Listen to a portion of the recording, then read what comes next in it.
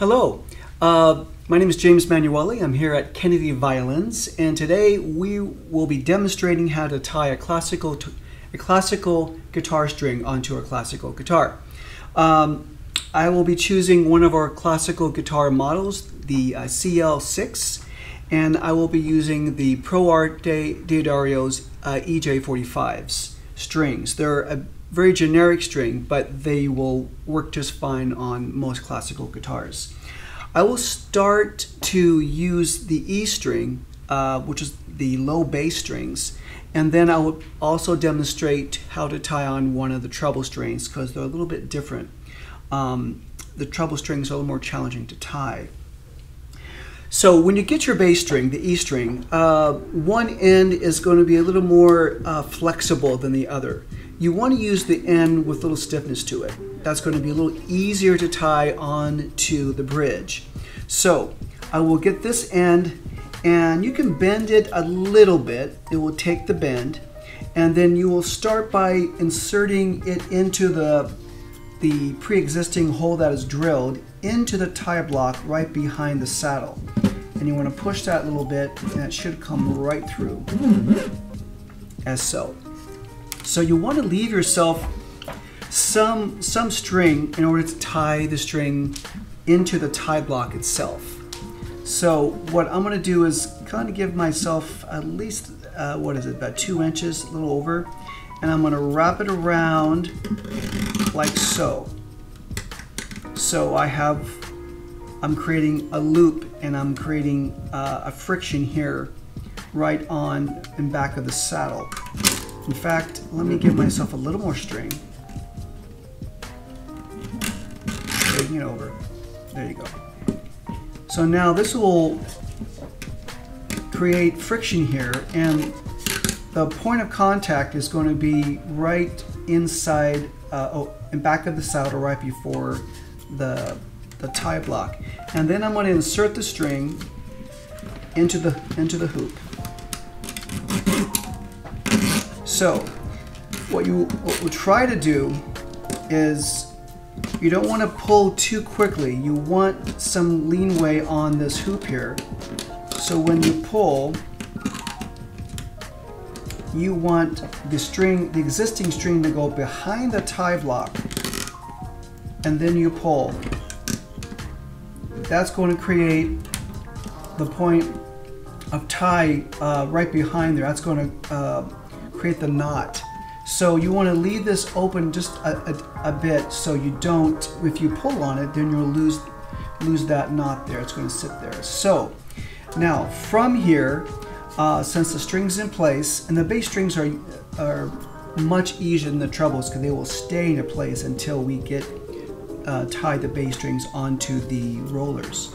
So after we get the loop fastened and it's staying, then I'm going to address how to put the string into the roller, into the keys. So I'm going to flip the guitar over this way a little bit so you can see. Now notice I do have a string already. The A string is already on the instrument. It is tied into the roller and also tied on the bridge. So I'm going to place the string going inside the hole, give myself enough string to work with, and I'm going to put it into the nut slot right here. Now there's always a question on how much slack you need before you start tying the string. My rule of thumb is if you put your fingers around the 12th fret, a couple fingers, maybe an inch. So once the string comes down, that's about how much slack you need to order to start tying the string around the roller, like that. So once you have that, then you've got this excess string. You are wanting to loop it around the bass string itself.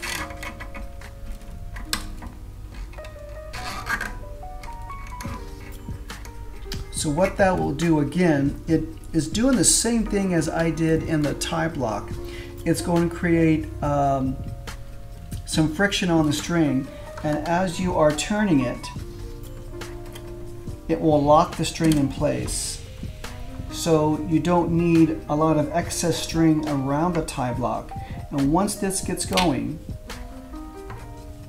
then it's going to start tying the string. And then check yourself too. And once you start rolling, as you're turning the peg, you want to do it clockwise. So the string is rolling this way, away into the headstock. And then just strike the string, give it a pitch out. You know that the pitch is going higher. Now, once you've got that in place, what I like to do is go back to the bridge itself. Now, I'm going to double check this loop here. If you can, push it in. That's going to start getting tighter, and this loop here that you're creating behind the tie block is going to create all the friction you need to make sure that string is tight. And it's going to start closing, as you can already tell. I'm just double checking to make sure that this is going to not slip out on me. And it's okay to use plenty of string. We got plenty of string on the guitar. Don't use too short a string, because afterwards we can always clip these strings and bend them. So the point of contact on the string is basically where the string is up to pitch. The point of contact is going to be right on the saddle, and that's where the string will start making its sound. But you can also, when the string comes in, depending on the grade it has going into the tie block, all bridges are a little bit different. You want to push that as far down as you can possibly get it. All right, so this is pretty secure. Going back to the headstock, I'm going to continue winding the roller. So by doing this technique, notice you don't have a whole lot of string going on to the roller. You don't need all that excess string on the roller. Once you get it to a certain pitch, everything should start tightening up, and those loops, let me go back to the bridge one more time and double check it. Now notice how when the string tightens up that this loop is getting more narrow, and that's what you want. You need just a nice clean single loop, goes this way, then you can just cut the strings as you wish, as short as you like them. So the bass strings are there, the bass string is there, and the E string and the A string. I'm going to demonstrate now to tie one of our problematic strings. Sometimes is the high E and the G. The high E being our thinnest treble string, and it slips. It slips very easily. The tips on these are pretty much the same. So I would do the same procedure. Go into the tie block this way. Give myself plenty of string to deal with. Now you can even tie these if you have enough string. Depending on the string, the thickness of the string, and the tension of the string, some strings will stay by one loop. Sometimes there's a lot of guitarists that will give you one loop and then loop it again. I'm going to try to just do one loop and see if it stays.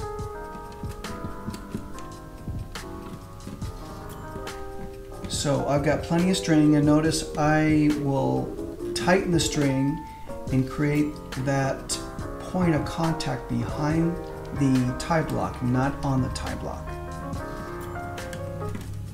Now the treble strings, they have a hard time staying after you do that. Then I'm going to circle it around one more time.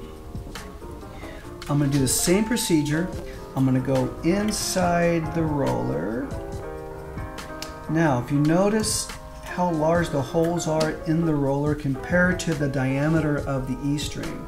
I have a lot of room here. So you can do the same procedure. You can double go into the hole again for precaution to make sure that the string will not slip on you. So you have a double and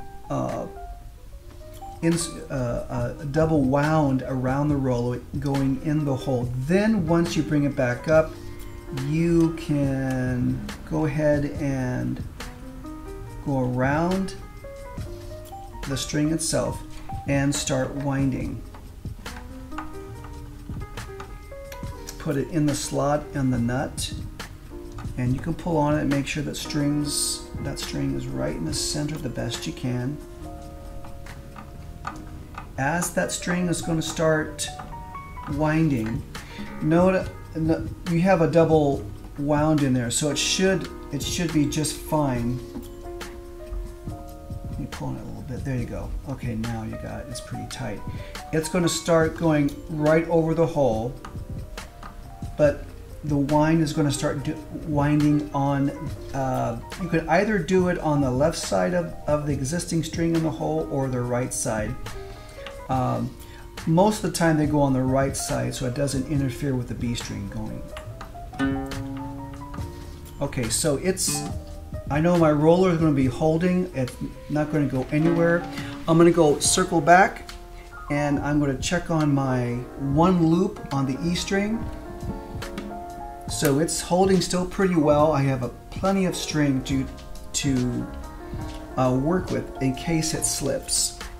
So I'm going to continue winding up the tension of the string. Keep hitting that string so you know that nothing is slipping. If it starts to slip, that pitch will go down very quickly. So notice the loop of the E string is getting very thin, and the point of contact where the loop is hitting behind the bridge here is staying pretty tight. So I don't think it's going to slip. I'm going to raise the pitch a little bit more.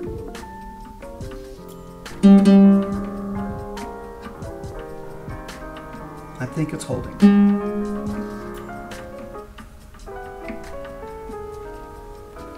And the loop itself is very close to the tie block right behind the saddle. You don't want the loop to be out in the middle of the string behind the saddle. You want to be close in there, and sometimes if they're not, you can easily just push it down in there. So this is one loop on the E string. It's holding. By this time, as you're listening to it, nothing is slipping, nothing is buzzing. Then afterwards, you can easily cut. We have different products that we sell at Kennedy Violins. These are the peg winders, and these are built for taking the peg and when you are loosening or winding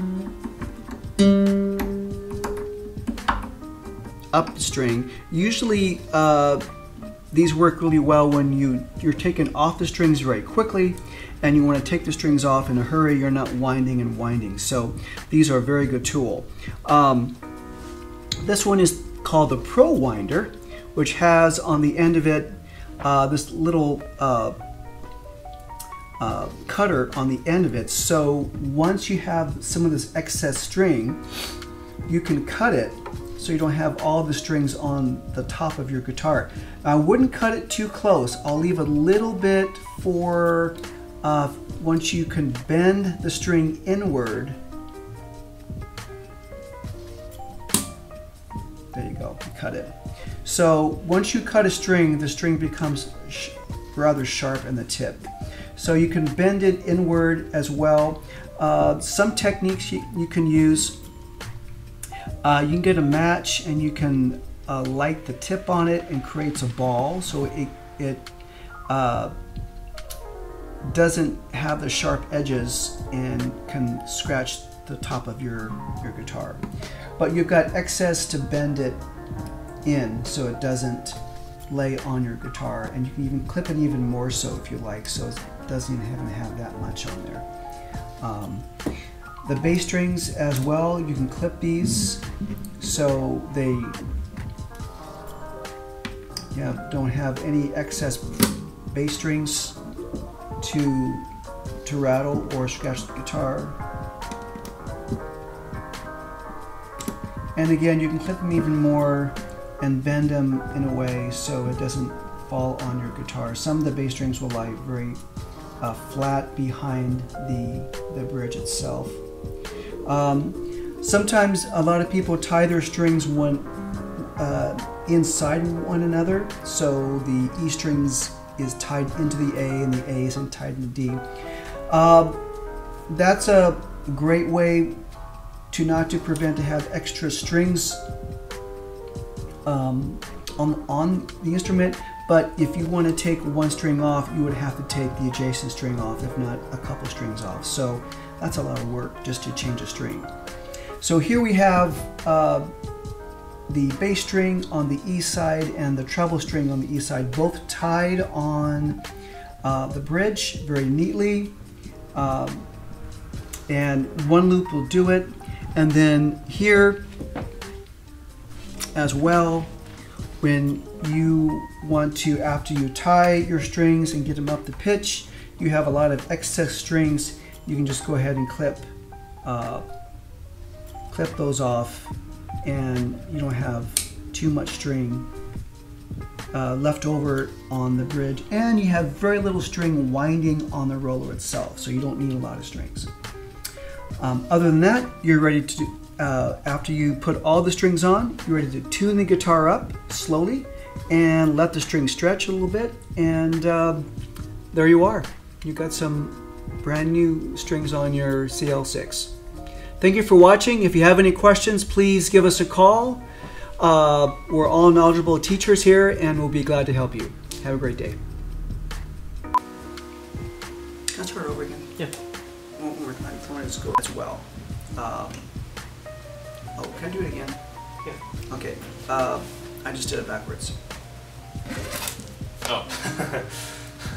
Should go this way.